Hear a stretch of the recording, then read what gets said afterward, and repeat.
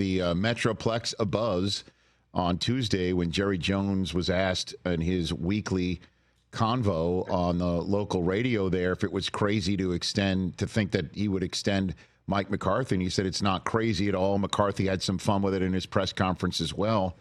What's the scoop here, Tom?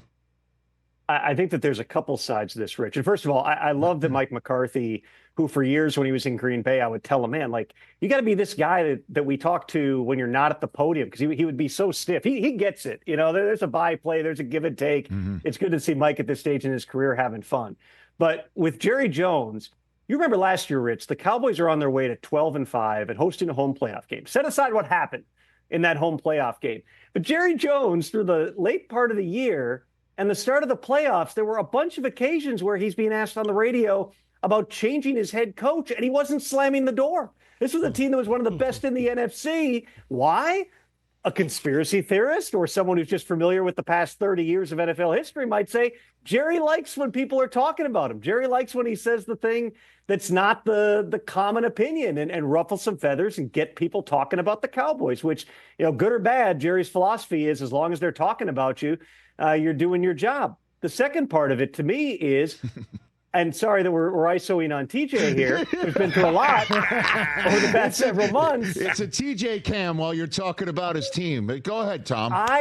I don't think that this is crazy either. And I say this for a bunch of different reasons. Obviously, Mike McCarthy's track record, you know, even in Dallas, he's won about 60% of his games, okay? And this was a Cowboys team that had to do a lot in terms of changing the culture and straightening out some things that were going wrong within the building. The COVID season in 2020, when you really couldn't implement a culture, set that aside, he's won like 70% of his games since he got there. He's won a Super Bowl. He remains one of the top play callers and one of the top head coaches in the NFL. Jerry's 82 years old.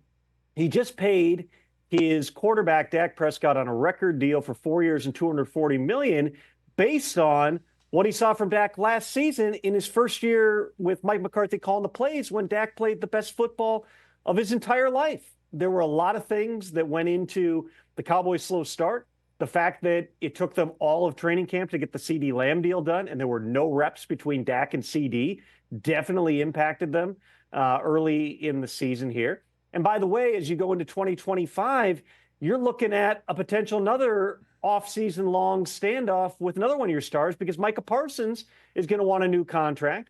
And that's going to be a complicated one to do. And there's incentive for Micah Parsons to wait until all these other pass rushers who are due for new deals get theirs. So, I mean, there's big organizational decisions that the Cowboys are going to have to make. Their history would suggest they'll find a way to pay all their top players. I would say even with the salary cap spiking the way it is, having a $60 million quarterback, a $35 million receiver, and a $40 million pass rusher on one team is really stressing you from a budgetary salary cap perspective. But the point is, if you're Jerry, I think that you can convince yourself that there were a lot of external factors, part of it your own doing, because you re-signed Zeke Elliott and didn't do anything else to help the offense in the offseason. You lost several offensive linemen. You were starting 5 rookies. You had both your pass rushers get hurt in the early stages of the season. You convince yourself, you know what? Let's take one more run at this. I'm not saying that's what's going to happen.